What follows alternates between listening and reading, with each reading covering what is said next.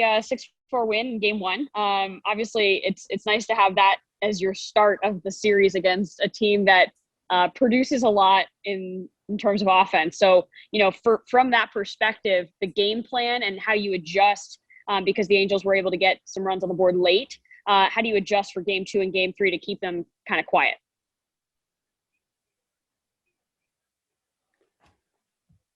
Muted. Matt is muted. Okay. I actually like the kind of way we went about it. I know that's a pretty good offensive team, and obviously Arihara did a heck of a job against them. He made getting them out look pretty easy. We kind of expected them to they give you tough at bats. They put the ball in play. There's a couple really good at bats they had against us, especially the Suzuki at bat. They got a couple runs there. Cody, that's one thing that our young guys are going to have to learn. They never played in front of a crowd, so as much, I know it's not a full capacity, but those are little moments that a lot of our guys are going to have to get through, and proud of them for getting through that, because that's a tough spot for them, having never been in that situation before. But overall, I like the way we attacked them. Honestly, we went right at them. We didn't walk too many guys. We only had 2, I think, all night. And if we're going to give up runs, that's how we're going to give them up. They're going to have to string together 4 or 5 hits in a row. Yeah, and in terms of being able to produce that offense, and I know we've talked about this in terms of offense at home versus the road, but being able to have those strung together bats in the sixth, is there a catalyst that you can kind of see, or was there just a different spark, a little bit of different motivation for today? What was the difference? No, I think it's, these guys have been working hard, man. We've had good dialogue every day. The thing that struck me in that inning, looking back, it was a really good walk by Joey to start the inning. And then it was opposite field hit, and opposite field hit. And it's like, these guys not trying to do too much, kind of take what they give them. And then our base running that inning, I thought really stood out. Solak going first to third on a ball straight to the left fielder. You don't see that very often. He went right in his face. And then Willie and obviously Solak tagging on the sac fly, but Willie tagging from second base, getting to third base. And this is what we talk about when we talk about applying pressure, like put the pressure on that defense, make them make plays. And that opposing pitcher's in a heap of trouble at that point. They have infield in, ground ball to third baseman. He misses it because he's in a bad position.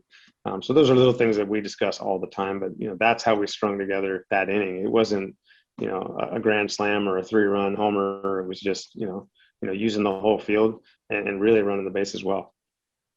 So I asked Ian Kennedy about Trout. So I'm going to ask you about Adolis Garcia, because he looks like he's fitting in really nicely and having a lot of fun while he's out there. What do you like about him right now, and how he's able to contribute to the team right now? Yeah, no, I'm proud of him, man. He's doing his thing, man. That's the opposite field homer, the double, stayed through the slider.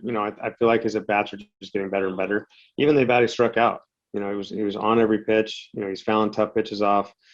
He's working the count. He's not chasing as much.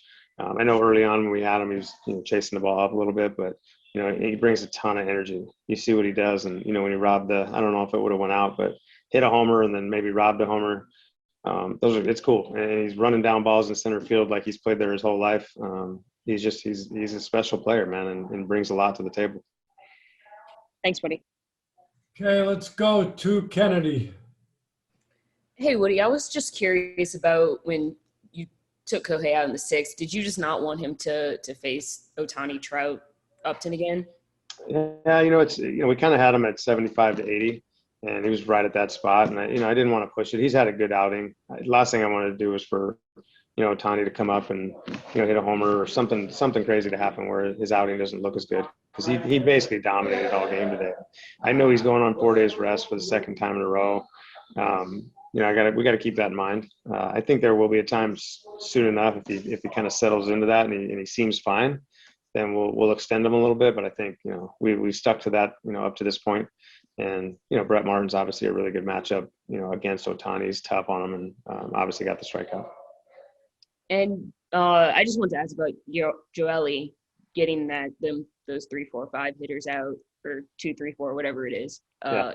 How big that was. That was a game. I mean, I think they had as much momentum as you can have in a game after being down 6-0, scoring 4, and now you have your 2, 3, 4 who are pretty good according to big league standards. A couple of the best in the game. So kind of coming in and punching out the 2 best, and getting up in the ground out. It was good to see Joely have that outing. I know last outing it was his first outing and whatever. Gave up a few hits, but that was huge for us right there because I basically won the game. Thanks, Woody. Okay, we're going to go quickly here. One question each so I can bring Arihara in. Let's start with Evan. You know what? I'm good. Go ahead and move on. The Joe Ellie question is fine for me. Thank you. Okay, let's go to Jeff. So Adolis is very talented, but when are we going to know how good he is? I don't know. Hopefully you continue to see what you saw today. I think he's, the biggest thing for me is just being consistent. And we talk about that, to our offensive guys and honestly all of our players, but consistency is the hardest part about this game. And, I think it's yet to be seen if he can be consistent. And I think that speaks for a lot of our guys. But what I saw in spring training, I went back and looked a lot of his at-bats last night, just seeing what, if there's any difference. And he's trending. What I saw the last couple games looks a lot like we saw in spring training, and the ability to take some of those tough pitches.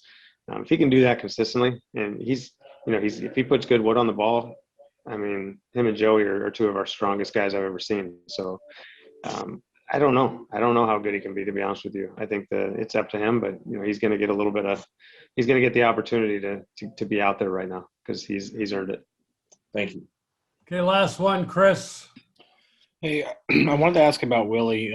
His body language looks so much better this year, just from my own eyes. And then he had the one at bat where he turned on a lot of pitches on the inner half of the plate. What are you seeing from him in just the first few games? Yeah, he looks good, and honestly, his attitude and his energy has been great. Like I said, I know he's had a tough year last year, but this year he's been fantastic. No complaints at all. But yeah, he's the one thing he's always had is a ton of bat speed. He can turn on anything. And I thought his bats were really good today. And I thought they were good, obviously, since he's been here. It's good to see him using the whole field. He's always going to have pull power. He's always going to have pull side, rockets that he hits. But the ability to kind of do what he did on that, 0-2 fastball, hit it the other way. He got a two ground ball hits his first game. That's a good sign because when Willie wants to, stay to the middle of the field, he can get hits like crazy because it forces teams to not be able to shift them, which allows them on the pull side. A lot of those balls might find holes.